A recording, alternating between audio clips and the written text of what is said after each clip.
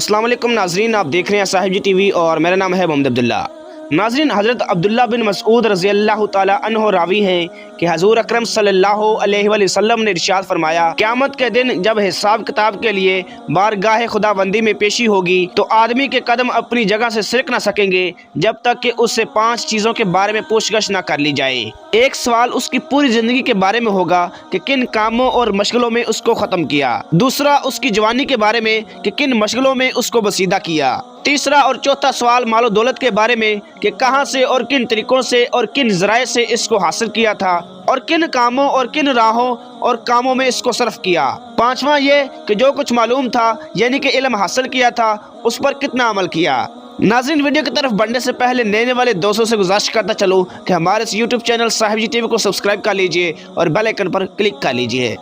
अल्लाह रब्बुल इज़्ज़त ने इंसान की तख्लीक का मकसद अपनी इबादत फरमाया है, लेकिन इस इबादत के साथ उसे मुख्तलिफ आजमाइशों में मुब्तला रखा है। वो कितना मेरी इबादत करता है और कितना आजमाइशों में नाकाम होता है। अल्लाह ताला को हमारी इबादत की कोई ज़रूरत नहीं है, ना ही वो इसका मोहताज है। और फरिश्ते हम वक्त जी जान के साथ अल्लाह की इबादत में मसरूफ़ हैं। लेकिन अल्लाह ताला ने इंसान को अपनी इबादत के लिए पैदा किया और खिलाफत अता फरमाई, और खिलाफत के हक़ को अदा करने के लिए रसूल अकरम सल्लल्लाहु अलैहि वसल्लम ने हमें दुनिया के मामलात अदा करने के आदाब सिखाए।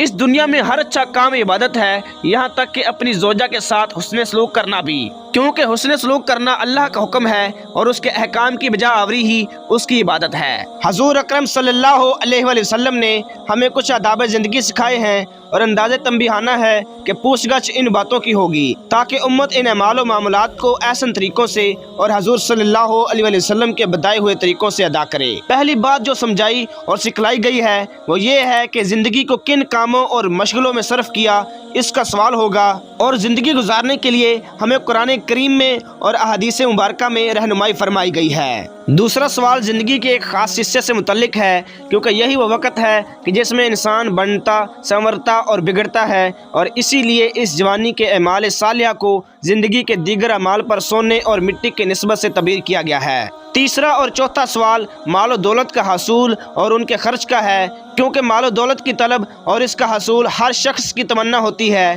तो फरमा दिया कि इसके बारे में मुकम्मल पूछगछ होगी कि हासिल किस तरह और किन ज़राए से किया, हलाल या हराम या मुश्तबा तरीक अपनाए, और खर्च कहाँ किया, अल्लाह ताला के रास्ते में या ऐशो इशरत में। और पांचवा अदब इल्म व अमल के मुताबिक होगा कि कितना इल्म हासिल किया और इसके मुताबिक कितना अमल किया। ये वो तमाम ज़िंदगी का नक्शा है कि जिन चीज़ों से फरिश्ते मुबर्रा हैं कि इनसे इन बातों से मुतल्लिक सवाल ना होगा, और यही वजह इंसान को अशरफुल मखलूक़ात बनाने वाली है। इंसान से ज़रूर पूछगछ होगी। अगर इन सवालात की तैयारी हम अल्लाह और उसके रसूल के बताए हुए तरीकों से करेंगे तो आखिरत में कामयाब होंगे। हम पर ज़रूरी है कि बताए हुए तरीकों से ज़िंदगी गुजारें और हिसाब किताब से पनाह मांगे, इसलिए कि अगर किसी भी चीज़ के बारे में सवाल हो गया तो पकड़ के इम्कानात शुरू हो जाएंगे। अल्लाह ताला हमें बेहिसाब जन्नत से नवाजे और नामा माल दाएं हाथ में अता फरमाए। आमीन सुम आमीन।